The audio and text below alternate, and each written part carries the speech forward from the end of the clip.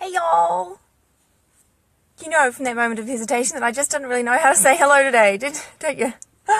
Anyway, I just thought I'd come at you with some quick thoughts. I've got a quiet minute in the car. It's too cold to stand outside today.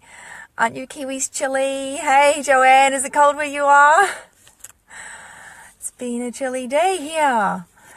So, obviously, my title today is Why I'm Ditching Audible. Who's got an Audible subscription? Currently me. Mine's on pause and I am soon to cancel. Now, don't get me wrong. I like Audible. I don't know how long I've been using it now. Maybe a year? Or more. I don't know. I quite like it. It has its advantages. You know, I was finding that I didn't really have a whole lot of time for, hey, Vinny, how's things in Auckland? Cold there too? I was finding I didn't really have time to sit down and read a book. I'm sure a lot of you parents and possibly you working peeps will sympathize with that. Who, you know, it's easy to feel like who has time these days to read a book? No.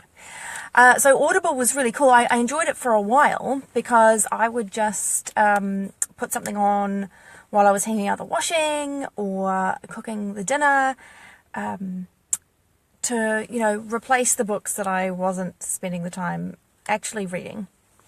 And that's all cool. That's great. If you guys enjoy that, go for it.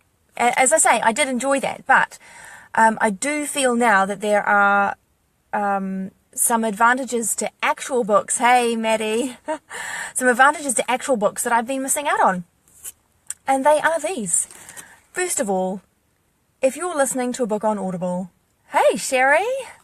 If you're listening to a book on Audible and one of the kids comes up to you needing something, right, you've either got to try and ignore the book while listening to the small child and trying to work out what on earth it is that they're wanting, meanwhile missing several lines of said book, or you've got to go, hang on kid, hang on, and find your device, pull it out of your pocket, open it up, and pause it, and then listen to the small child.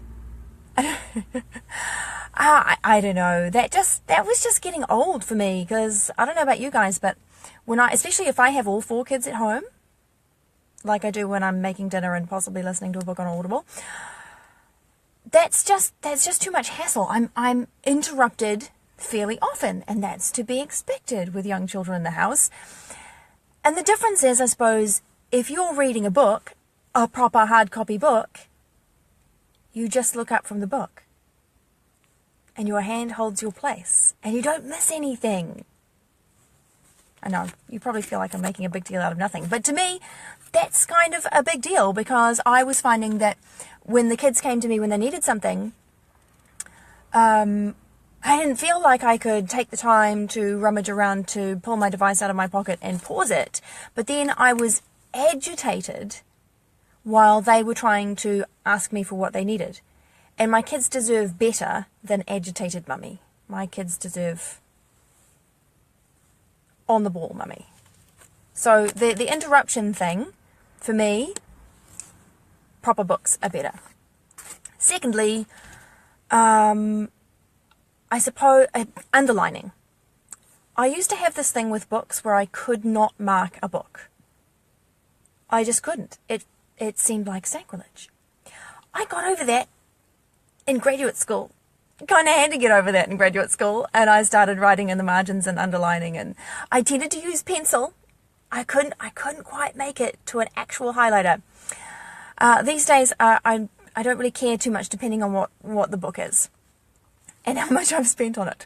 But for me, to be able to immediately underline the points that seem particularly poignant to me as I'm reading it, that makes it much easier for me to go back to that book, or even just back a few pages to remind myself of something that happened earlier. Whereas when you're listening to a book on Audible, trying to find that one spot with that one thought that you felt was quotable or might be useful to someone else, or whatever, That's quite tricky. That's quite tricky in an audiobook.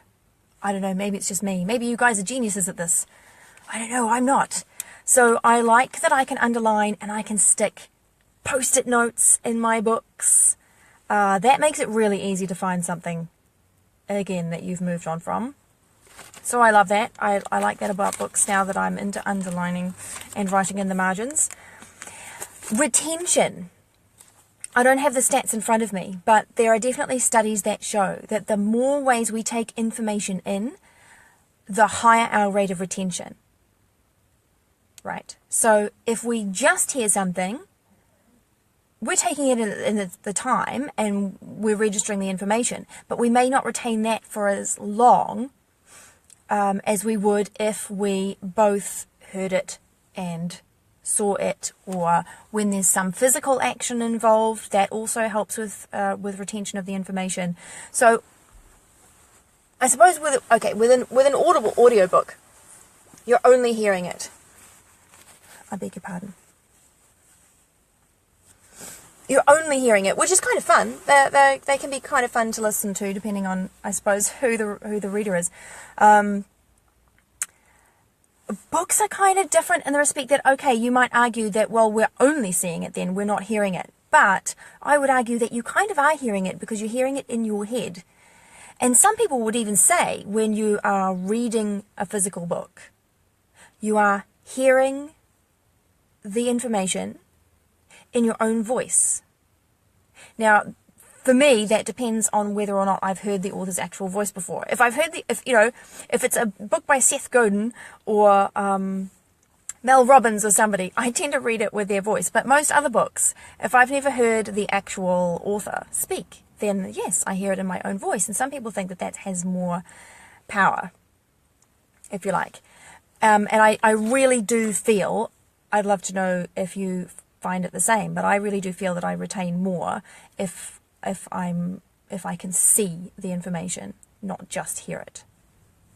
How about you? Let me know. I'm not seeing any comments. I can see that people are watching. I can't see any comments. Come on, guys. And the other is really pretty much just aesthetic. Is that I just like to hold an actual book, don't you? There's just something comforting about the feel of a book. And turning pages. And okay, turning pages, kind of annoying if you're reading perhaps lying down in bed, and sometimes that can get awkward.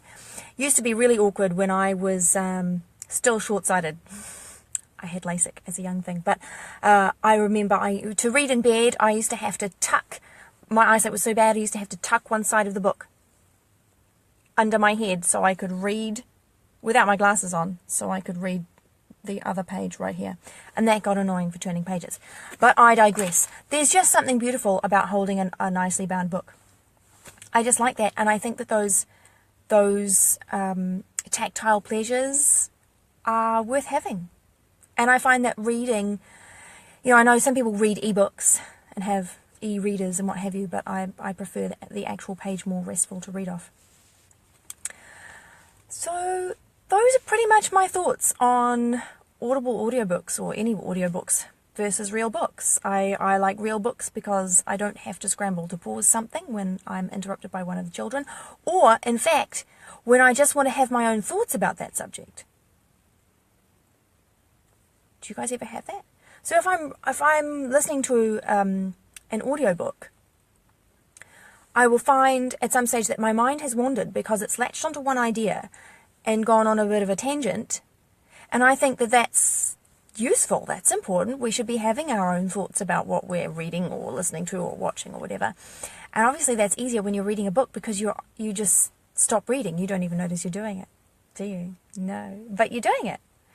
And I think that space to have your own thoughts or be interrupted by the children is useful. So I like that you don't have to pause it. I like that I can underline and write in the margins. I like that I retain more of the information, and it's easier to refer back to information later.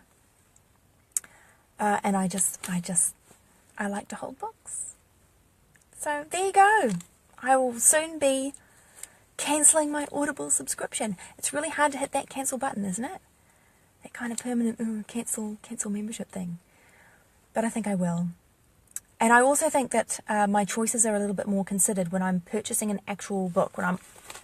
I still order books online. When I'm actually ordering a book online, I'm choosing that a little bit more carefully than when I'm just spending Audible credits. I don't know. Do you find the same? Pop your thoughts below. Maybe give us the title of your favourite audio book. And somebody might go and look it up to listen to it for themselves, and I might go and find it in hard copy and I might read it. Alright everybody, thanks for watching. Pop your thoughts below if you have any. And I will catch you all later. Bye for now.